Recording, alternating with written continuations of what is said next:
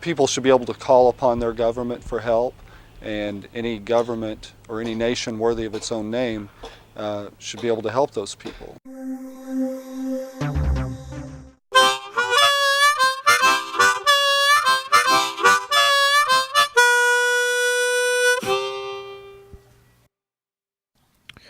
I first met Joe Allen last March at the St. Pat's Parade.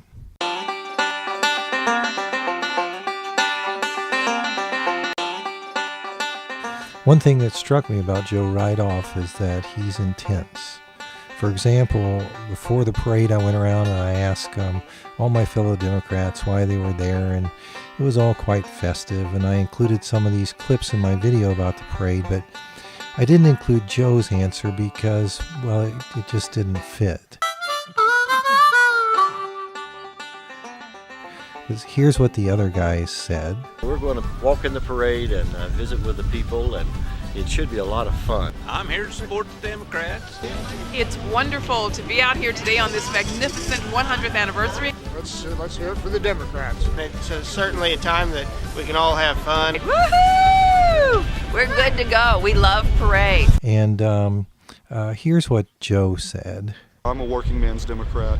I grew up in a poor family. I lost my father when I was 6 months old, and I was raised by a single mother. And I was fortunate enough to make it through. And anyway, he goes on and on like this for several minutes, burning with this passion. And I have to say, though, the juxtaposition between the green flashing tie and the intensity was a little disconcerting. I will have to say, though, his enthusiasm is contagious, and the next thing I know, we'd agreed to come to Forsyth to follow Joe around for a couple days the next weekend, with our video camera, of course. Forsyth is in far southern Missouri, deep in the Ozarks. The whole trip was a whirlwind as Joe burned on, and he never let up. This first day we learned a lot of things about Joe's views and Joe's background and those things that made Joe the way he is. We started his relatively simple, though well-kept house, where Joe, who's a bachelor, lives with 2 roommates. This is my kitchen and dining room area. This is the stove that finally got used this winter. And the formal dining room here seldomly gets used. This is the best part of the house right here. This is where we sit down and relax.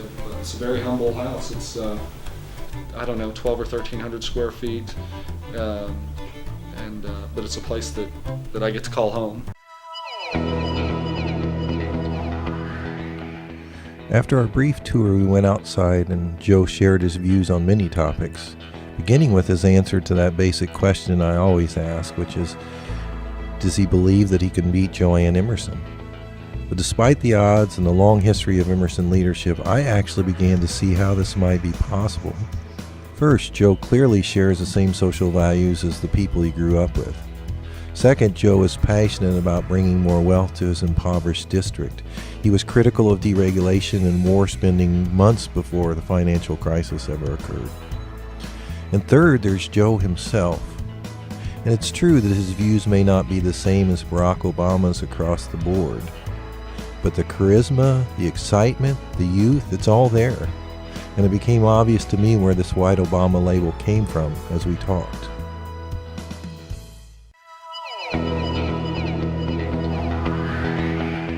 Socially, I have many of those conservative viewpoints that typically Republicans have. I'm pro-life. I'm a member of the NRA. Middle-class, hard-working citizens are the people who we need to focus more on, as opposed to huge tax cuts, huge subsidies to oil companies like ExxonMobil, who made $46 billion last year in profits. In the 1970s, the top 2% of our population controlled 20% of our money, our wealth. And now the top 2% of our population controls 40% of our wealth. So the money's going up and it's just staying there. It's not coming back down. I think it's really time for our government and our country to refocus on our country. Regardless of the progress we're making in Iraq, regardless of the good or not good that's happening over there, we just can't afford it. I mean, we are borrowing money now so that my generation and my, the generation, coming up behind me, we're going to be paying for this.